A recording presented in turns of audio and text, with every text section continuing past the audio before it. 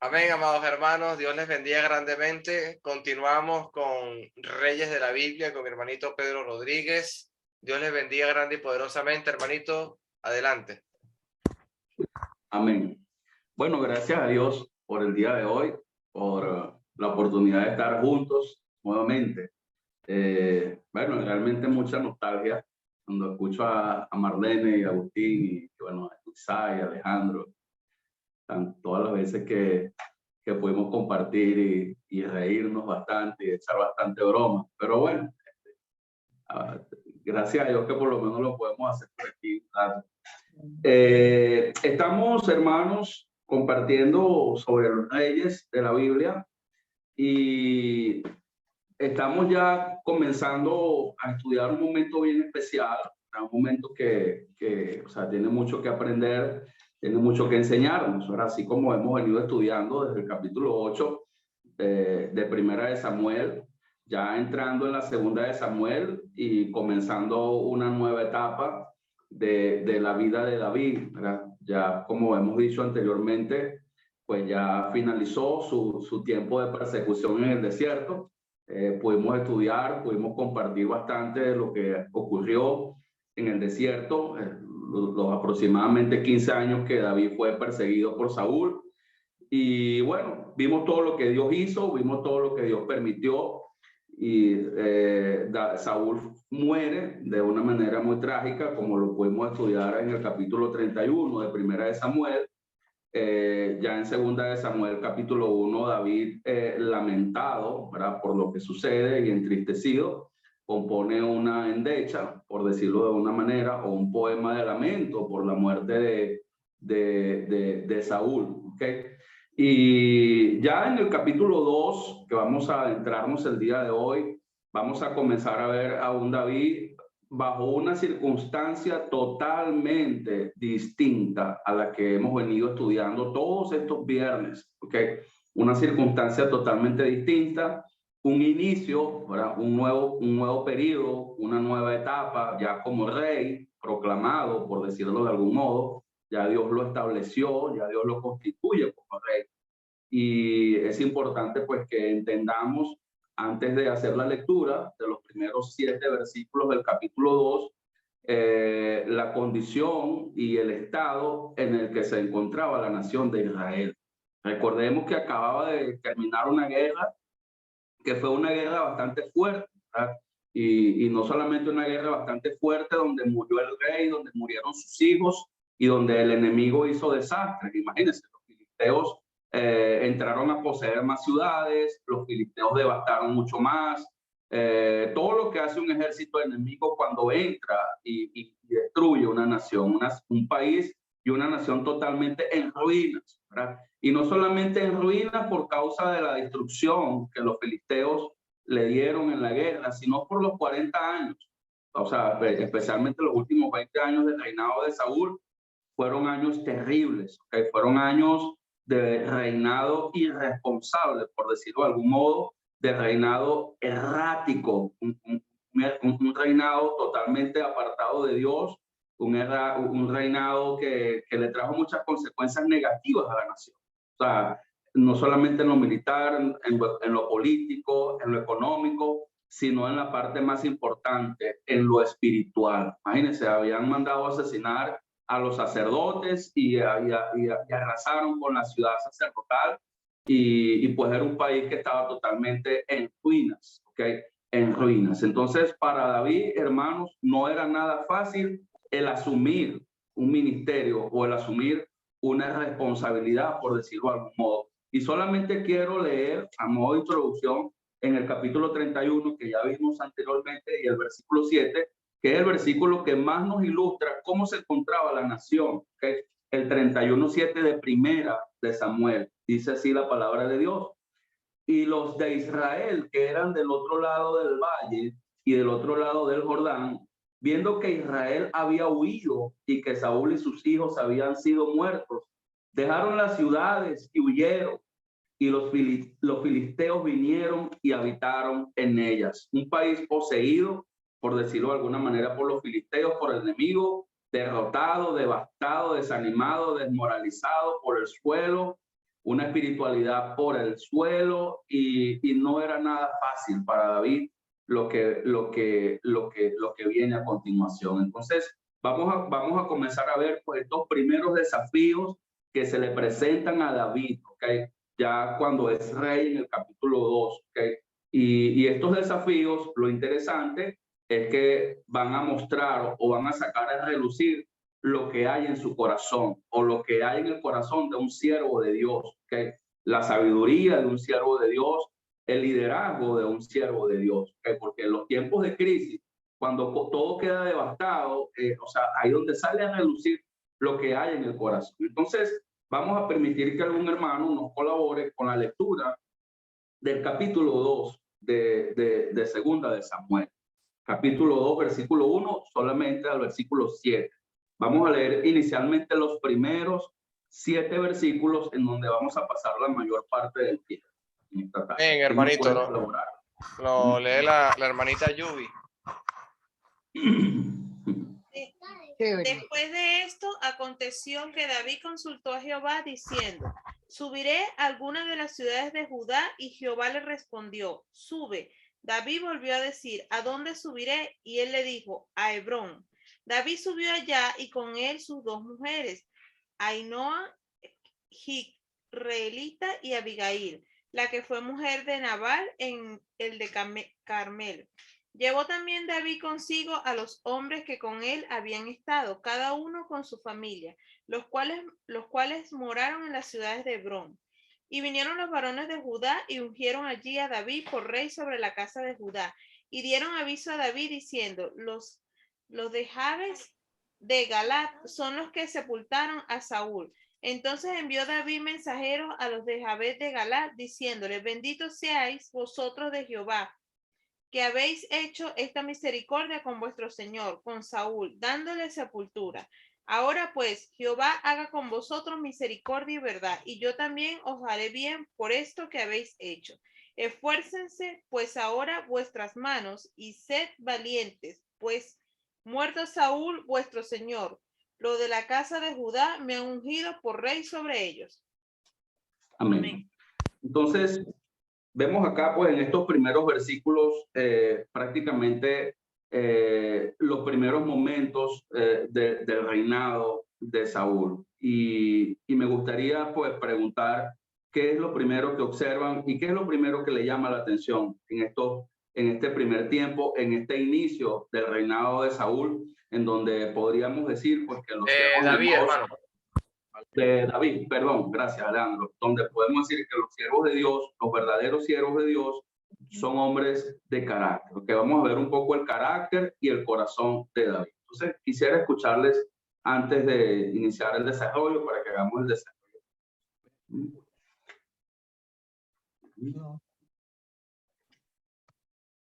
Bueno, yo lo primerito que veo aquí es David consultando a Dios para poder tomar la decisión, y él se las deja al Señor, y por eso le pregunta: ¿a dónde iré? Y él está caminando bajo la dirección de Jehová, y me parece que es lo más correcto, pues, y así empieza el capítulo. Muy bien, excelente. Gracias, hermana Ali. Bueno. Excelente. ¿Quién más tiene algo que compartir, que comentarnos sobre estos primeros versículos, sobre este inicio, sobre lo primero, podríamos decir, que hace David? Pedro, yo quiero preguntar una cosa. ¿Esa región o ese lugar de Hebrón, se sabe dónde está más o menos?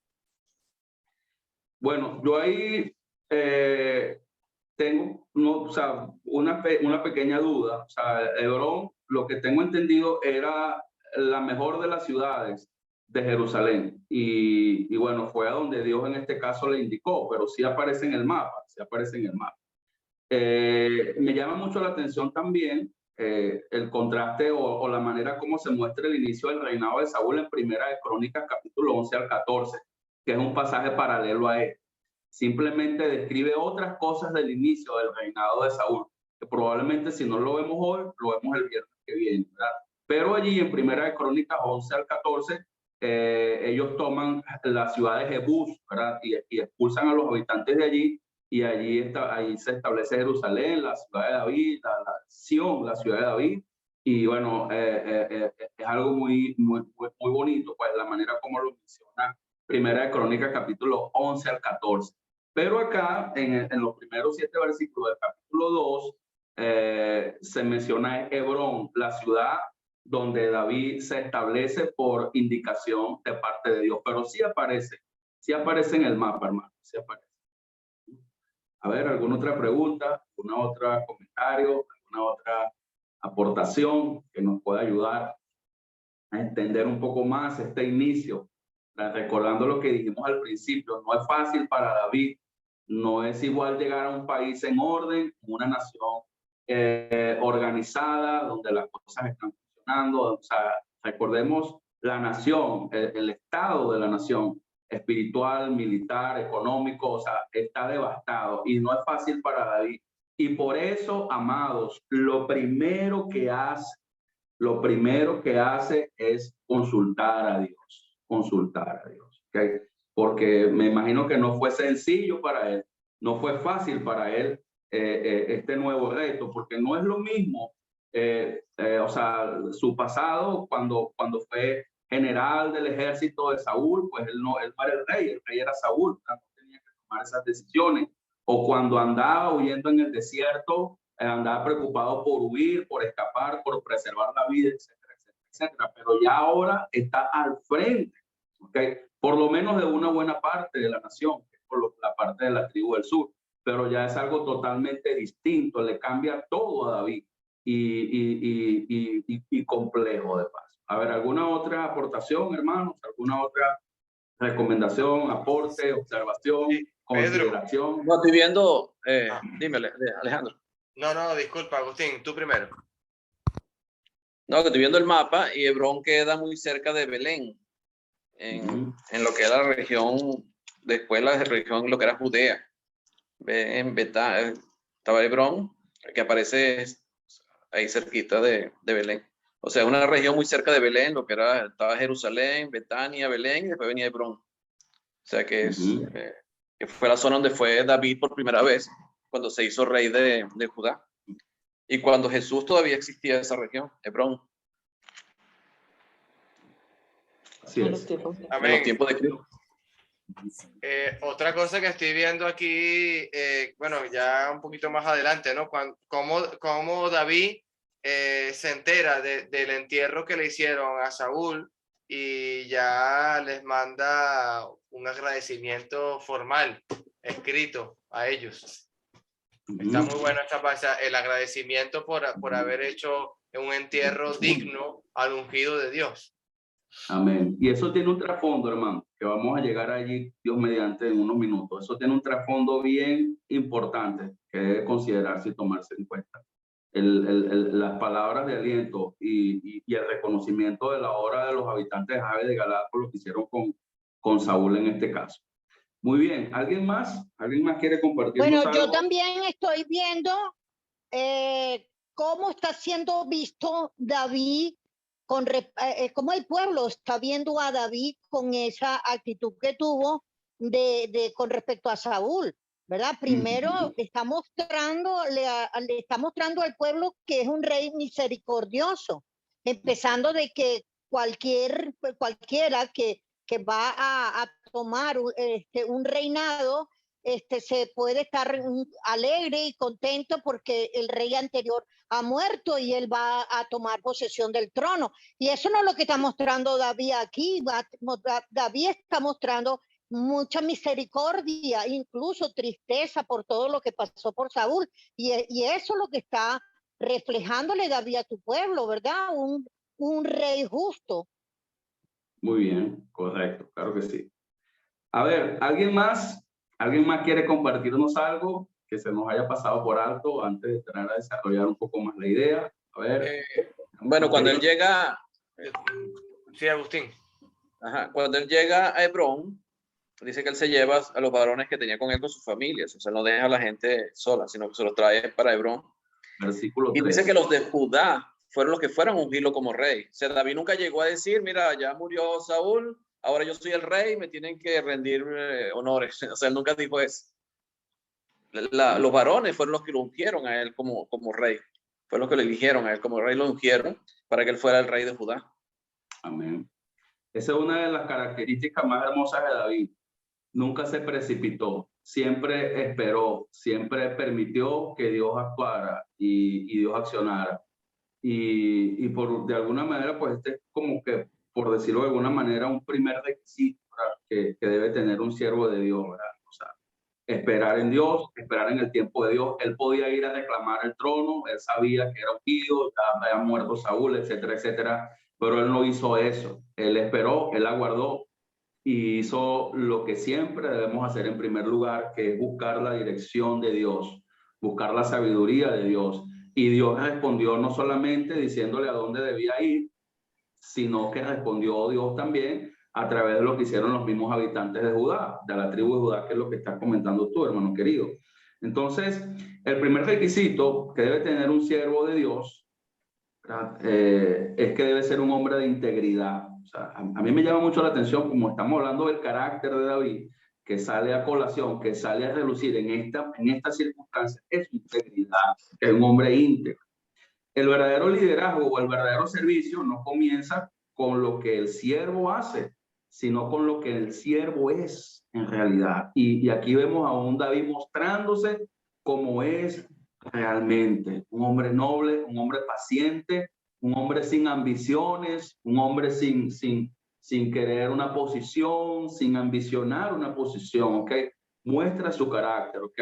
Lo vimos primeramente llorar por Saúl en el capítulo anterior y componiendo un lamento en su honor, ¿ok? Fue también lo suficientemente noble para no guardar rencor a Saúl, ¿ok? Y en esta ocasión lo vemos consultando a Dios, como ya dije, ¿okay? Hacia dónde debía ir, hacia dónde debía dirigirse, ¿ok? Y Dios le muestra, ¿cómo no se va a glorificar Dios con alguien con esa característica? Entonces, nosotros tenemos que depender de Dios, no irnos de buenas a primeras, no desesperarnos, no tomar decisiones apresuradas, ¿verdad? Debemos fiarnos de Dios de todo nuestro corazón, ¿verdad? Y no a nuestra propia sabiduría, nuestras propias decisiones.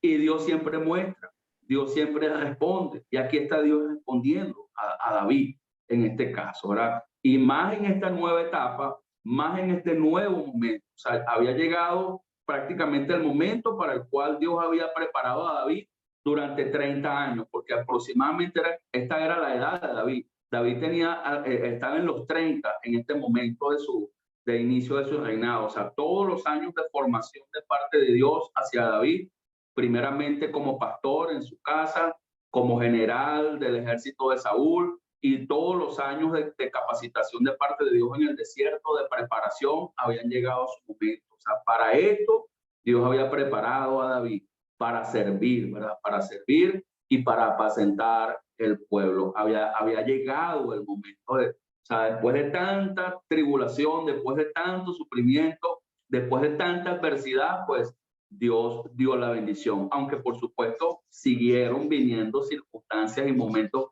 complicados en la vida de David, pero de alguna manera u otra, pues Dios estaba aquí bendiciendo, ¿okay? A este hombre por su integridad. Lo segundo, algo que comentaba Agustín ahorita, en el versículo 3, es que David correspondió o recompensó la compañía y la lealtad de aquellos que estuvieron con él por varios años en el desierto. O sea, se acordó de ellos, o sea, fue agradecido, pues, y se los llevó con ellos y se los llevó juntamente con su familia, porque recordemos que fueron las personas que le acompañaron, que le apoyaron, ¿verdad?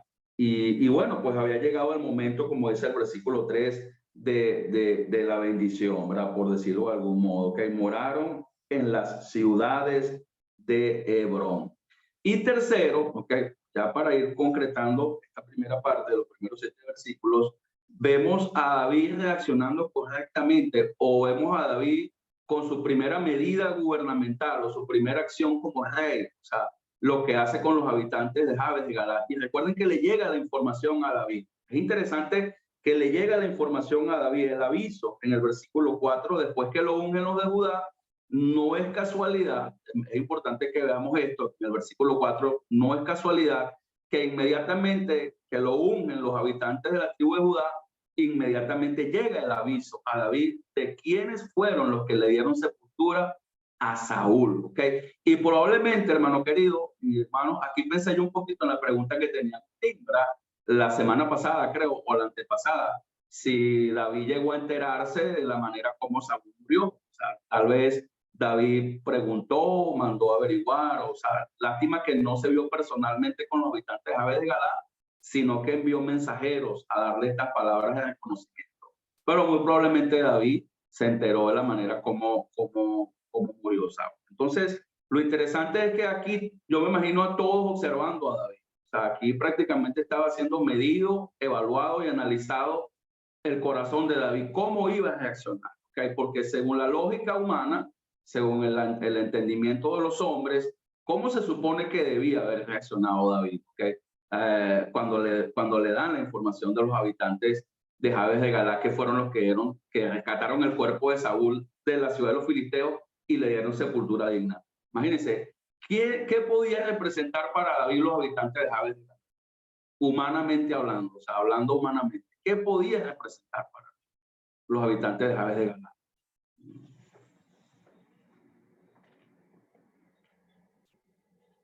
¿Quiénes eran los habitantes?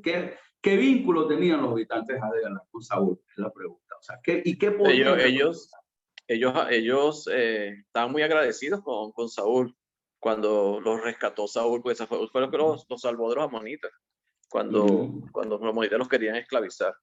Y el agradecimiento que tenía Saúl con ellos era muy grande, y eso fue lo que ellos quisieron pagarle a Saúl de alguna manera.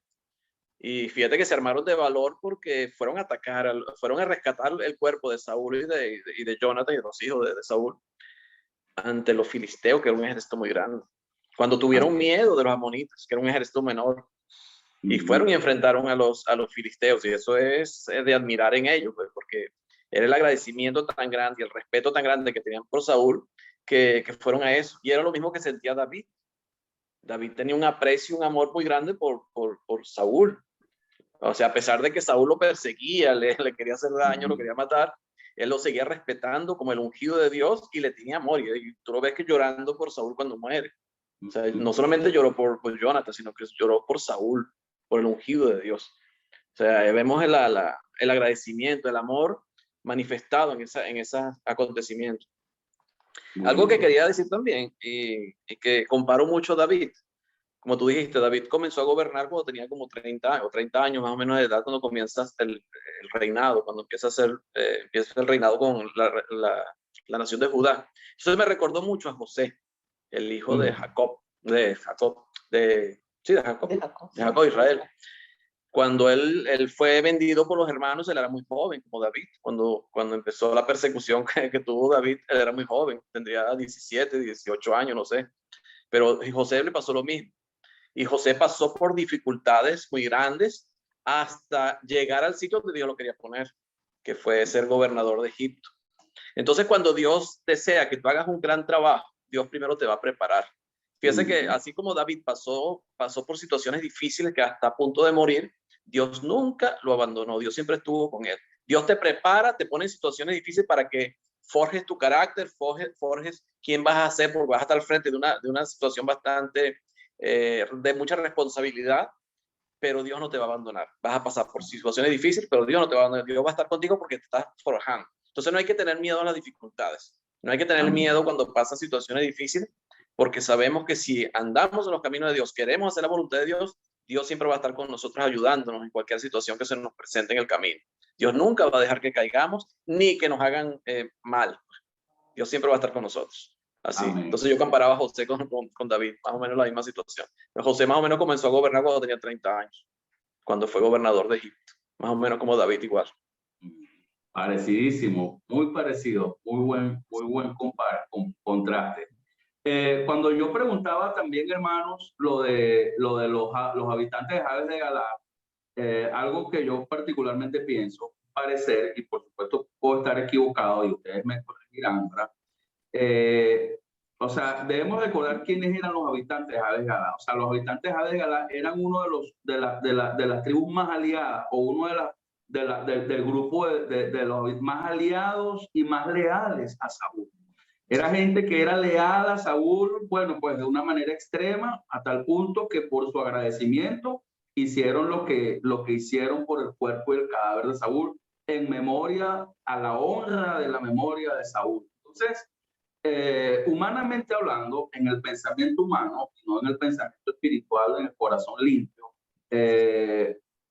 ellos podrían haber representado para David una amenaza, ¿verdad? Por la lealtad que ellos tenían con Saúl, porque recuerden que Saúl no veía a David con los ojos que David veía a Saúl, ¿okay? Entonces, los habitantes de Jabes de Galaad podían ser una posible amenaza para David, para su reinado. Sin embargo, David, pues eso no le importó. David extendió una palabra de aliento, de reconocimiento, ¿verdad? Por lo que ellos hicieron. Y David reaccionó de esa manera por la clase de hombre que él era, por el corazón de siervo que tenía, ¿verdad? Por todo el trabajo que Dios había hecho con él. Entonces, no es casualidad, por eso le digo que inmediatamente David fue ungido por los habitantes de Judá, de la tribu de Judá, que inmediatamente le llegue, o sea, la información de lo que pasó con los de Jabes de Galaad. Bueno, vamos a ver cómo reacciona. Y David está aquí con esta medida, olvidando el pasado, sanando heridas viejas, por decirlo de algún modo, o sea, dejando todo atrás y comenzando de nuevo. O sea, David está buscando pacificar y mostrando que realmente él ha olvidado todo, que independientemente de que ellos hayan sido muy amigos y leales a Saúl, pues eso quedó atrás y honró lo que hicieron, honró lo que hicieron. Entonces, David actuó de manera acertada, ¿verdad? Reconociendo lo que hicieron los habitantes de Jabes de Galaad. Okay, David aquí está como que olvidando lo que quedó atrás, porque acuérdense que la nación estaba devastada, destruida y dividida. Y una de las cosas que procuró hacer David, es la segunda característica del siervo de Dios, fue unificar. Eso lo vamos a empezar a ver ahorita, porque los siervos de Dios, una de las cosas que más buscan es construir unidad. Y a David no le convenía pues entrar en conflicto con nadie, ni dejar heridas abiertas del pasado con nadie. Tenía que comenzar todo de nuevo. Y era lo mejor que podía haber hecho con estos habitantes de Jabes de Galaad. Amén. ¿Alguna pregunta, alguna corrección, algún aporte o alguna otra inquietud antes de continuar con la lectura? A ver.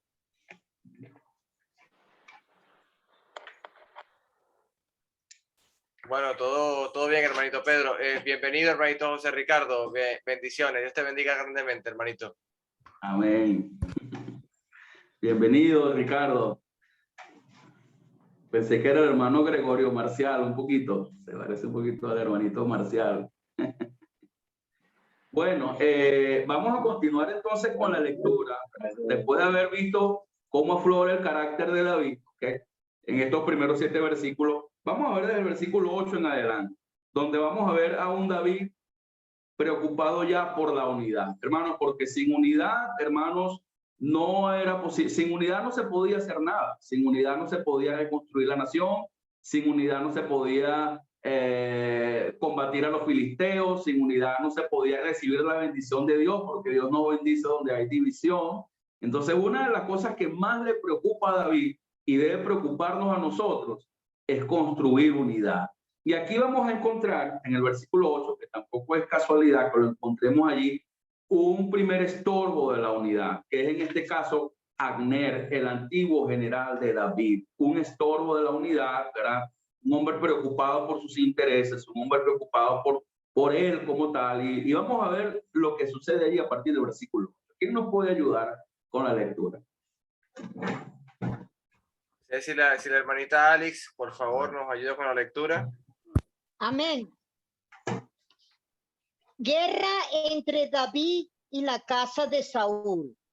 Pero Abner, hijo de Ner, general del ejército de Saúl, tomó a Isboset, hijo de Saúl, y lo llevó a Mahanaim, y lo hizo rey sobre Galaad, sobre Jesuri, sobre Jezreel, sobre Efraín, sobre Benjamín y sobre todo Israel. De 40 años era Isboset, hijo de Saúl, cuando comenzó a reinar sobre Israel. Y reinó 2 años. Solamente los de la casa de Judá siguieron a David. Y fue el número de los días que David reinó en Hebrón sobre la casa de Judá, 7 años y 6 meses. Abner, hijo de Ner, salió de Manahaim a Gabaón con los siervos de Isboset, hijo de Saúl. Y Joab, hijo de Sarvia, y los siervos de David salieron y los encontraron junto al estanque de Gabaón. Y se pararon los unos a un lado del estanque y los otros al otro lado. Y dijo Abner a Joab: levántense ahora los jóvenes y maniobren delante de nosotros. Y Joab respondió: levántense. Entonces se levantaron y pasaron en número igual, 12 de Benjamín por parte de Isboset, hijo de Saúl, y 12 de los siervos de David. Y cada uno echó mano de la cabeza de su adversario y metió su espada en el costado de su adversario y cayeron a una, por lo que fue llamado a aquel lugar el Cat Azurín, el cual está en Gabaón. La batalla fue muy reñida aquel día y Abner y los hombres de Israel fueron vencidos por los siervos de David. Estaban allí los 3 hijos de Sarvia, Joab, Abisai y Asael. Asael era ligero de pies como una gacela de campo. Y siguió Asael tras de Abner sin apartarse ni a derecha ni a izquierda. Y miró atrás a Abner y dijo: ¿no eres tú Asael? Y él respondió: sí. Entonces Abner le dijo: apártate a la derecha o a la izquierda y echa mano de alguno de los hombres y toma para ti sus despojos. Pero Asael no quiso apartarse en pos de él. Y Abner volvió a Asael: apártate de en pos de mí. ¿Por qué de herirte hasta derribarte? ¿Cómo levantaría yo entonces mi rostro delante de Joab tu hermano? Y no queriendo Elise, lo hirió a Abner con el regatón de la lanza en la 5ª costilla y le salió la lanza por la espalda y cayó allí y murió en aquel mismo sitio. Y todos los que venían por aquel lugar donde Asael había caído y estaba muerto, se detenían. Mas Joab y Abisai siguieron a Abner, y se puso el sol cuando llegaron al collado de Amma, que está delante de Guía, junto al camino del desierto de Gabaón. Y se juntaron los hijos de Benjamín en pos de Abner, formando un solo ejército, e hicieron alto en la cumbre del collado. Y Abner dio voces a Joab diciendo: ¿consumirá la espada perpetuamente? ¿No sabes tú que al final será amargura? ¿Hasta cuándo no dirás al pueblo que vuelva de perseguir a sus hermanos? Y Joab respondió: vive Dios, que si no hubieses hablado, el pueblo hubiera dejado de seguir a sus hermanos desde esta mañana. Entonces Joab tocó el cuerno y todo el pueblo se detuvo y no persiguió más a los de Israel ni peleó más. Y Abner y los suyos caminaron por el Arabato toda aquella noche y pasaron el Jordán, cruzaron por todo Bitrón y llegaron a Manahaim. Joab también volvió de perseguir a Abner y juntando a todo el pueblo, faltaron de los siervos de David 19 hombres y Asael. Mas los siervos de David hirieron a los de Benjamín y los de Abner a 360 hombres, los cuales murieron. Tomaron luego a Asael y lo sepultaron en el sepulcro de su padre en Belén. Y caminaron toda aquella noche Joab y sus hombres y les amaneció en Hebrón. Amén. Excelente. Bueno, buenísimo, buenísimo para lo que vemos acá. Primeramente, es importante que visualicemos o tengamos una conjetura, por decirlo de algún modo, de los acontecimientos, orden de los acontecimientos. David reina 7 años y medio, ¿ok? Y Isboset, el hijo de Saúl, que coloca a Abner como rey, solamente reina 2. O sea, quiere decir que muy probablemente, pues lo que yo deduzco, y me corrigen nuevamente si no es así, hubo 5 años en que prácticamente no había, o sea, los primeros 5 años fueron de guerra fuerte, como lo dice los últimos versículos, bueno, el 3:1 en este caso, que hubo una larga guerra entre la casa de Saúl y la casa de David, pero la casa de David se fortalecía. Simplemente estamos hablando de una de las batallas, pero la guerra fue larga, ¿okay? La guerra fue larga. Entonces, encontramos acá al primer oponente o el primer obstáculo a la unidad que dijimos anteriormente, que era en este caso el general Abner, ¿okay? Que fue general del ejército de Saúl. Y la pregunta que yo me hacía ahora, y que le invito a que se formulen también ustedes, ¿por qué Saúl, por qué Abner, general de Saúl, si sabía que Dios había desechado a Saúl y que había ungido a David para ser futuro rey, ¿por qué no apoyó a David como rey? Porque muy probablemente Abner se opuso al apoyo y al respaldo de las 10 tribus del norte, ¿verdad?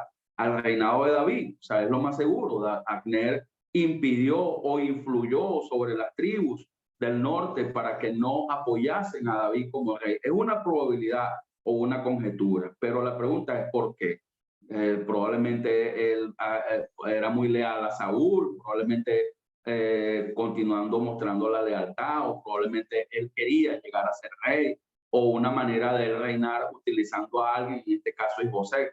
Posibles conjeturas, ¿okay? Pero obviamente tenemos libertad de opinar en este caso.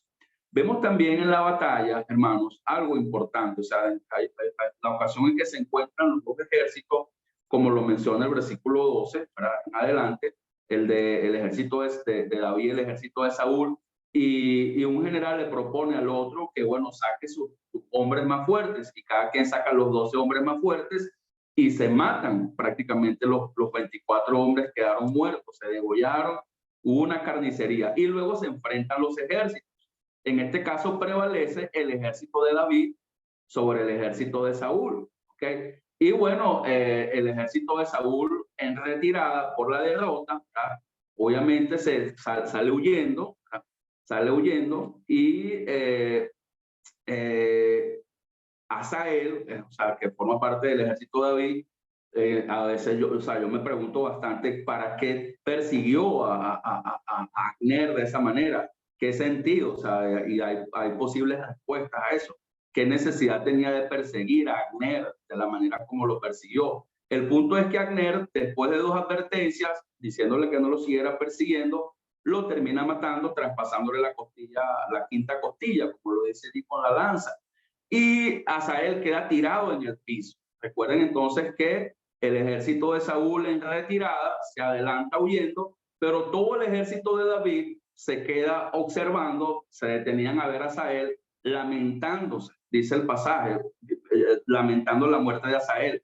Y eso le dio tiempo al ejército de Israel o el ejército de Abner de tomar una posición ventajosa. Ahora, en una cumbre de un collado, o sea, se atrincheró el ejército de Abner, en este caso, mientras el ejército de David o de Joab estaba lamentándose sobre el cadáver de Asael, porque todos los que pasaban y veían a Asael tirado en el piso se lamentaban, a llorar y a quejarse, y eso le dio tiempo a Abner y al ejército de Israel, como lo dije anteriormente, de atrincherarse, ¿verdad? Y de ubicarse en una posición estratégica prácticamente para esperarlos, ¿okay? Inmediatamente Joab, pues después del lamento y la cosa, reacciona y se van a perseguir al ejército de Abner, pero cuando se lo consiguen, se dan cuenta que ellos están en una posición ventajosa para la guerra. Y es ahí donde Abner le dice al general, oye, ¿para qué vamos a seguir derramando sangre? ¿Qué necesidad hay de traer más dolor? Y en este caso, pues obviamente Joab ve que está en posición desventajosa y dice, bueno, está bien, tienes razón, obviamente, si están en mejor posición, y en ese momento finaliza por lo menos esa batalla con una victoria, en este caso, para el ejército de Saúl. En ese momento cesa el ejército de Joab, de David, de perseguir al ejército de Israel o de las tribus del norte o al ejército de Abner. Entonces, esa guerra duró bastante. Esto simplemente fue una batalla, hermanos, pero fueron aproximadamente 5 años de guerra civil intensa, hermanos, hasta que, bueno, viene Abner y coloca como rey, probablemente como desesperación, al hijo de Saúl, que no se nombraba por ningún lado, hermano. Por ningún lado aparece. Ese hijo de Saúl apareció, fue aquí en 2 Samuel capítulo 2, y lo coloca allí como un títere, por decirlo de algún modo, ¿verdad? Como el rey. Entonces, llama la atención el capítulo 3, versículo 1, donde dice que el ejército de David se iba fortaleciendo, ¿ok? A diferencia del ejército del antiguo rey Saúl o del antiguo. Entonces, eso es como un comentario así rápido de lo que es el capítulo 2. Y bueno, me gustaría pues escuchar sus preguntas, sus apreciaciones, sus comentarios al respecto.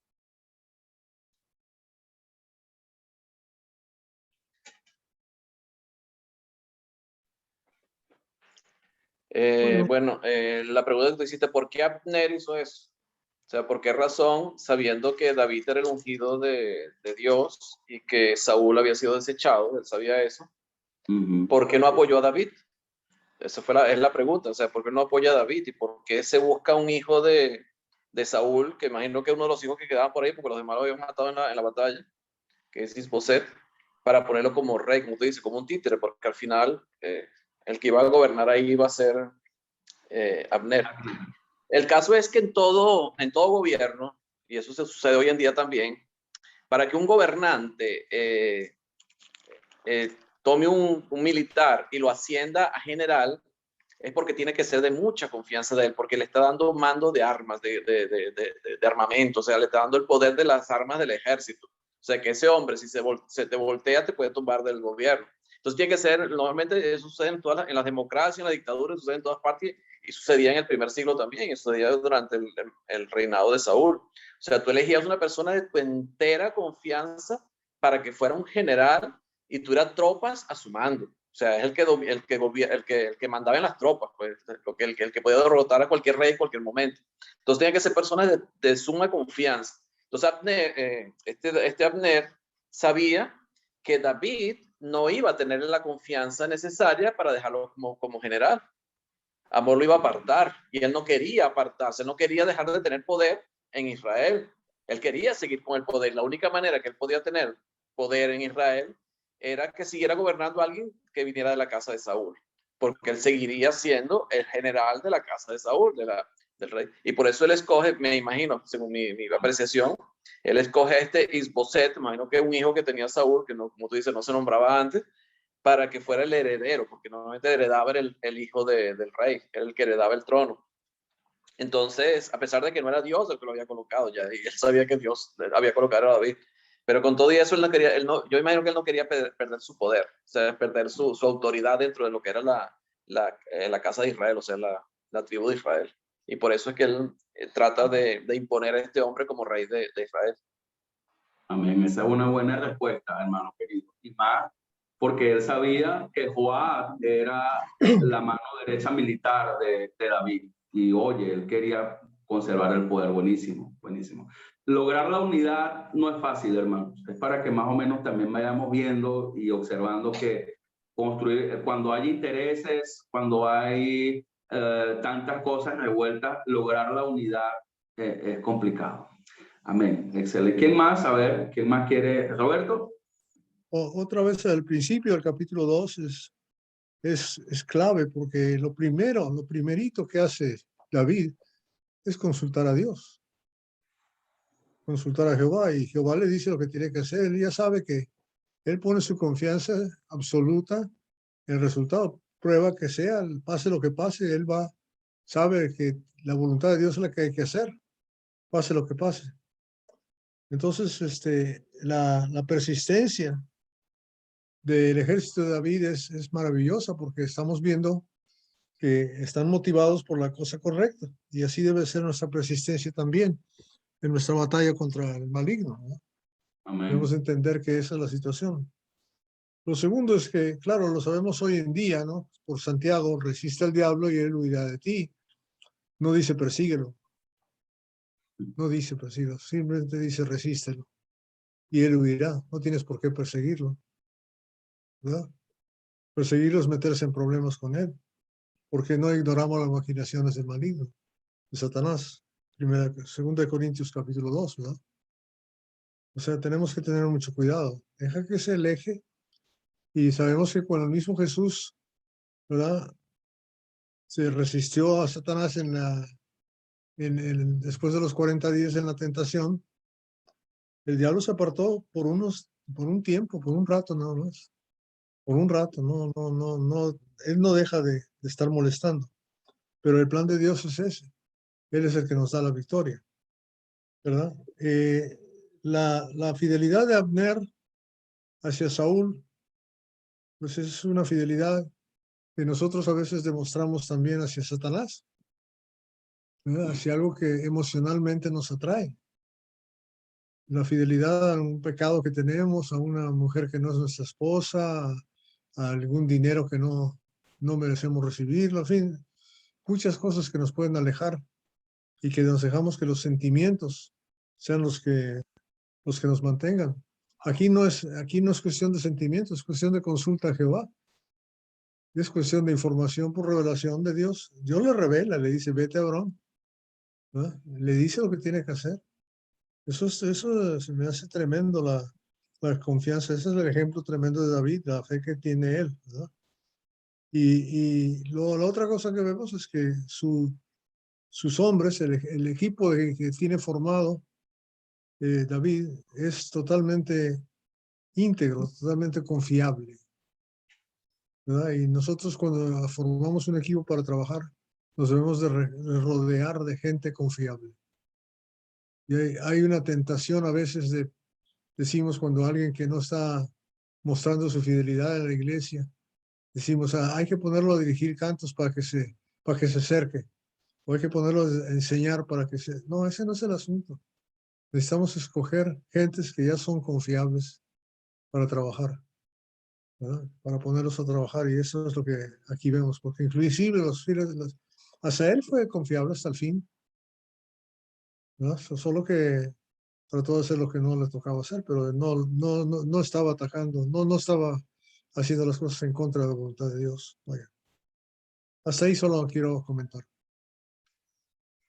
Amén, hermanito. No sé si mi hermanito José Ricardo quisiera comentarnos algo. Pues estoy deleitándome con las enseñanzas de ustedes. Quiero enviarles un abrazo y, como digo yo a todos mis hermanos, venga para quererlos. Estoy feliz de poder escucharles a ustedes. Y ahora estoy enseñando aquí a la iglesia algo sobre cristología y sobre doctrina y todas esas condimentos del alma que nos ayudan a ayudar a las personas que están en pecado. Y hay que darle esa convicción. Y las enseñanzas que están dando ustedes, hermanos, me hace recordar los pasajes bíblicos en el Nuevo Testamento, que es como la sombra de lo que ocurrió allí en esas historias tan hermosas, lo que ocurre en el Nuevo Testamento, con Pablo, con Timoteo, con Silas, con Bernabé, todos esos hombres de Dios, y que nosotros somos la prolongación de esa virtud de esos hombres que consagraron sus vidas al Señor. Sigo disfrutando del conocimiento de ustedes. Que Dios los bendiga. Los quiero mucho, de verdad. Los admiro. Y bueno, adelante. Muchas gracias. Amén, hermanito. Amén. Gracias. Yo sí Carlos, quiero Amén. Amén. Hay un comentario que quiero hacer, Pedrito, y bueno, los hermanos que están aquí. Me llama la atención porque Abner está desde el comienzo, lo que dice Agustín es totalmente cierto, es de confianza para Saúl, pero también está desde el comienzo con David, porque David cuando se enfrenta al filisteo, Abner es el que está, ¿y quién es este joven? ¿Quién es este? Le pregunta Abner a Saúl. Digo, bueno, este se va a enfrentar a Goliat, y inclusive cuando ya David mata a Goliat, el que lo lleva hasta la presencia del mismo rey es Abner también. Pero también lo que estudiábamos hace poco, que es increíble, cómo cuando él toma la lanza de cuando estaban durmiendo en el lecho de Saúl, toma la lanza David, se van y empieza a gritar David, pero le habla directamente a Abner. Abner, ¿estás ahí? Mira lo que tengo yo, pero ¿quién eres tú? Yo soy David, tengo la lanza de tu rey, deberías morirte. O sea, David va directamente a esa persona porque sabe que lo está haciendo mal. Tú deberías estar muerto, Abner. El rey pudo haber muerto esta noche. O sea, ahí hay algo que trae algo también del pasado. Ya Abner sabe que David quiere que muera Abner porque se lo dijo.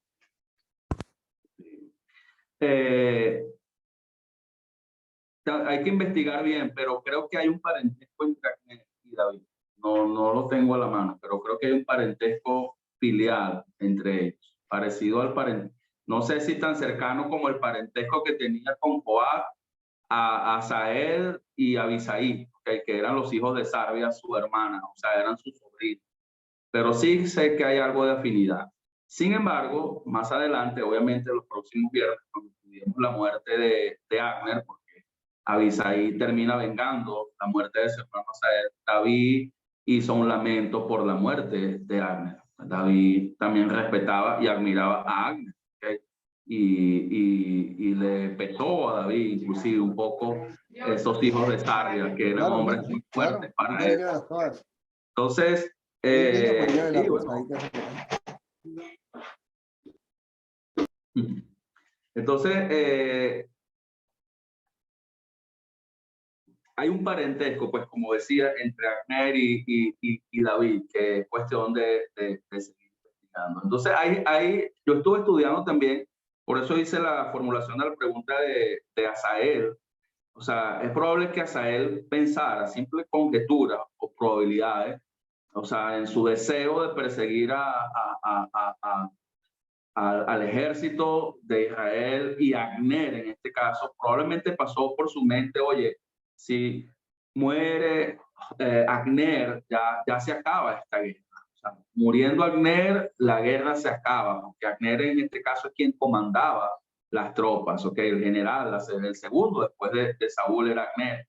Y probablemente él en su fidelidad, en su lealtad, en su osadía, pues persiguió, porque hay que tener mucha osadía para perseguir un ejército. Y Abner, un hombre experimentado en batalla, un hombre guerrero experimentado, dice que, imagínate, o sea, parece que Abner, a mí me da la impresión, cuando la escritura da ese detalle de la quinta costilla, a mí me parece que Abner como que quería colocar la punta de la lanza ahí en la quinta costilla para que le traspasara, o sea, como que ya Abner, la puntería que tenía, de lo aguerrido, de lo fuerte y de lo opinado, sabía que la lanza iba a caer allí, en la quinta costilla de Asael. Entonces, o sea, Asael probablemente sabía que ya al acabar con Abner, la guerra iba a acabar, pero pues ingenuamente pereció, pues hizo lo que no debía haber hecho en este caso. Entonces, pues eso, como dije, generó el retraso de las tropas de Saúl, de David. A ver. Abner, según 1 Samuel 14:50 y 20:25, era primo de Saúl. Era pariente directo de Saúl, era primo hermano de Saúl. Ok, no era de David entonces, era de Saúl, el parentesco, no era con David, estaba errado. Había un parentesco entonces directo con Saúl. Corrijo, pues. Ok, ¿alguna otra observación? ¿Algún otro comentario, hermano querido? Quería hacer un comentario con respecto a lo que dijo el hermanito Roberto de cuando de crear esos grupos de confianza, de saber con quién se trabaja. Yo considero que la iglesia tiene que involucrar en el servicio a los recién, lo digo por mí, tiene que involucrar en el servicio a los que van llegando. Yo considero que cuando uno va llegando a la iglesia y se ve involucrado en el servicio, pues es una manera de uno como que sentirse encajado y útil en el servicio. Y a medida, y estos grupos de confianza se van creando a medida de que se va trabajando, porque yo vi muchísimos hermanos que en el trabajo de la obra se rindieron y se apartaron, ¿verdad? Y el grupo se va reduciendo y se llegó a un momento en que se vio con quiénes realmente se pueden confiar. Pero crear esos grupos de trabajo tiene que comenzar con empezar a como involucrar a los que van llegando al servicio para que en el camino del servicio en la obra se va depurando los hermanos con los que se pueden llegar a decir en un momento, mira, podemos contar con este, porque eso van a morir con las botas puestas. Por eso siempre considero que, y es una de las cosas, por lo menos cuando alguien llega recién a la iglesia, lo primero que uno tiene que ocuparse, y lo hemos estado estudiando en otros grupos, tiene que ocuparse de ellos y involucrarlos, porque no sabemos, Dios solamente sabe cuál va a llegar a ser una persona de total confianza y de los que uno dice, mira, vamos con que este echado para adelante. Gracias. Amén. Bueno, tomando en cuenta el comentario de los colaboradores, hermanos, y del equipo de trabajo, es importante mencionar que los colaboradores, o sea, no solamente tú participas en su formación y en su capacitación, amén.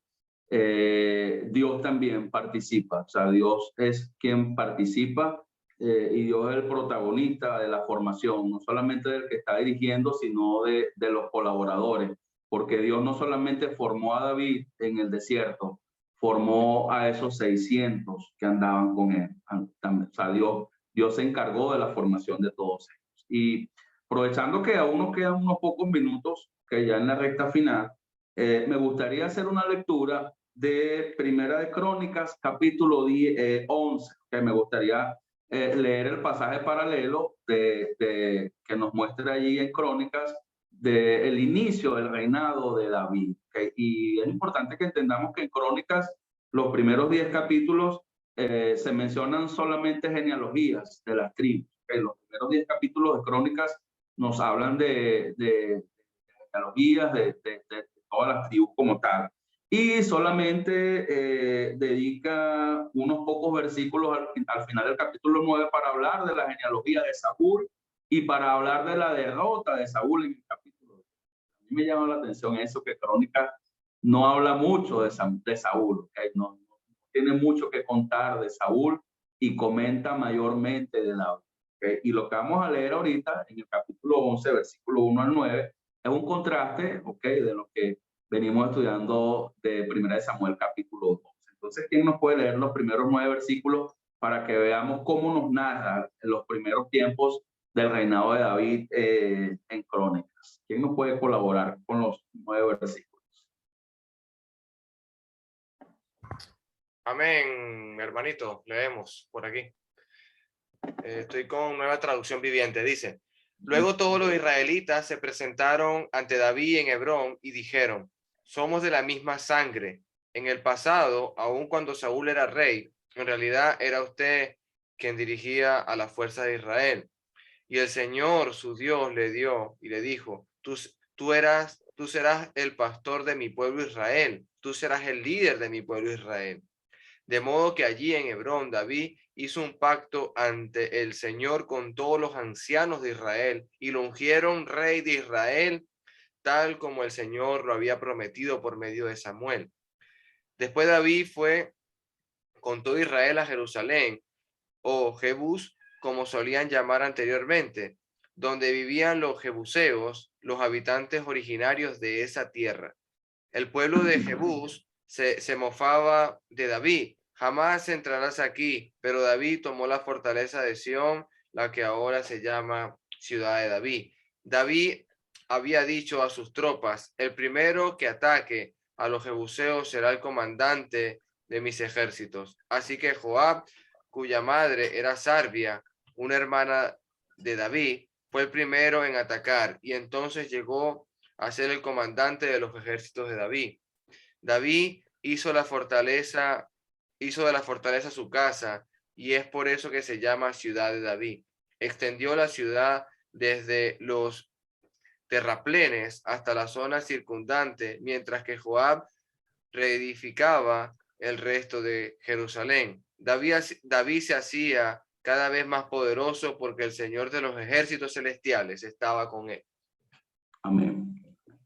Entonces, es interesante cómo nos narra Crónicas los inicios del reinado de David y coincide, por supuesto, con Samuel en el hecho de que Dios estaba con él, que la bendición que recibía David era la bendición de Dios, era el cumplimiento de la palabra de Dios dicha por Samuel.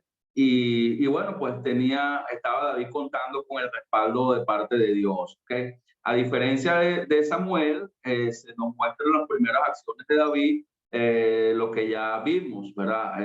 Especialmente las palabras de aliento y de reconocimiento a los habitantes de Jabes de Galaad.